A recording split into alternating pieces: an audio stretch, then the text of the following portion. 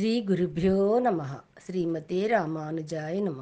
ఈరోజు మంచి మాటగా తొలి ఏకాదశి గురించి కొంచెం తెలుసుకుందామండి. తొలి ఏకాదశిని ప్రథమ ఏకాదశి అని కూడా వ్యవహరిస్తారు. సాధారణంగా మన పర్వదినాలన్నీ తిథులను ఆధారంగా చేసుకుని జరుపుకుంటాము.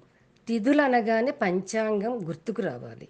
పంచాంగాన్ని అనుసరించే మనం నిత్య జీవితాన్ని ప్రారంభిస్తాము. తిథి, వార, నక్షత్ర, కరణయోగములతో అనగా 5 అంశాలతో కూడుకున్నదే పంచాంగం. పంచాంగ శ్రవణం గంగా స్నాన ఫలతుల్యం. మనకు సంవత్సర కాలములో 2 అయినాలు ఉన్నవి. ఒకటి ఉత్తరాయణం, 2 దక్షిణాయనం. ఉత్తరాయణం దేవతలకు ప్రీతిని కలిగిస్తుంది. దక్షిణాయనం పితృదేవతలకు ప్రీతిని కలిగిస్తుంది. ఈ 2 అయినాలు కలిపితే దేవతలకు ఒక్క రోజుగా పరిగణించబడుతుంది. దక్షిణాయనములో మనం జరుపుకునే పర్వదినమే ప్రథమ ఏకాదశి. ఇది ఆషాఢ శుద్ధ ఏకాదశి. ఆషాఢ మాసం అనగా వర్షాకాలం అనే విషయం మనకు స్ఫురిస్తుంది. ఇది జనసంచారానికి అనుకూలమైన సమయం కాదు.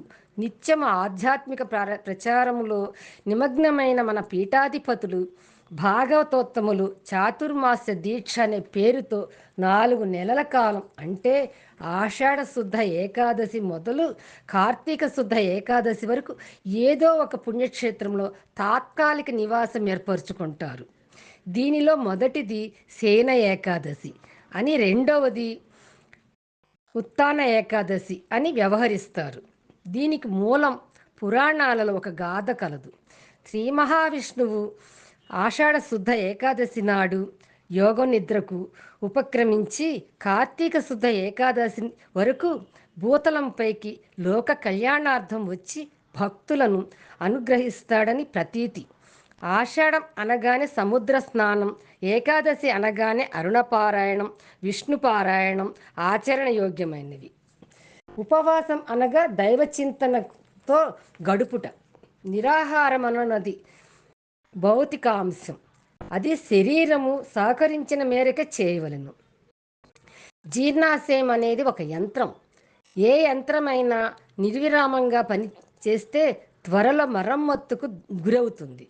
అందుకే విధిగా వారానికి ఒక పూట, పక్షానికి ఒక రోజు యంత్రానికి విశ్రాంతి ఇవ్వాలి. ఆహార సేవనానికి విరామం కల్పించాలి. మనం వంటకు ఉపయోగించే పొయ్యిని కూడా ప్రతిరోజు అందులోని వ్యర్థాన్ని అంటే బొగ్గు, బూడిదను తొలగించి శుభ్రపరిచి తిరిగి ఉపయోగిస్తాం. అట్లే జీర్ణాశయం కూడా స్నానం, దీపం, జపం, దానం ఏ పుణ్యతిథి నాడు చేసిన విశేష ఫలితం లభిస్తుంది. దానం వలన భూతదయకు చోటిచ్చినట్లవుతుంది. జపం అంటే స్మరణ వలన మనసు ప్రక్షాళితమవుతుంది. దానం విషయం గమనిస్తే నిన్నటి దానం నేటి భోగం, నేటి దానం రేపటి భోగం. తిన్న కొద్దీ పెరిగేది రోగం, పంచే కొద్దీ పెరిగేది తృప్తి, పుణ్యం. జాగరణ వలన అధోక్షజుని విష్ణు భగవాను అన్నమాట అనుగ్రహం కలుగుతుంది. పంచేంద్రియాలకు మించిన జ్ఞానం కలుగుతుంది, అంటే ఆత్మజ్ఞానం కలుగుతుంది. ఈనాడు పేలపిండి నైవేద్యంగా ఆ స్థితికారకునకు సమర్పించబడుతుంది. పేలపిండి అంటే జొన్నలు మరియు గుడము అంటే బెల్లం మిశ్రమం. ఇందు అనారోగ్య హేతువులైన ఉప్పు, కారం, నూనె చేర్చబడవు.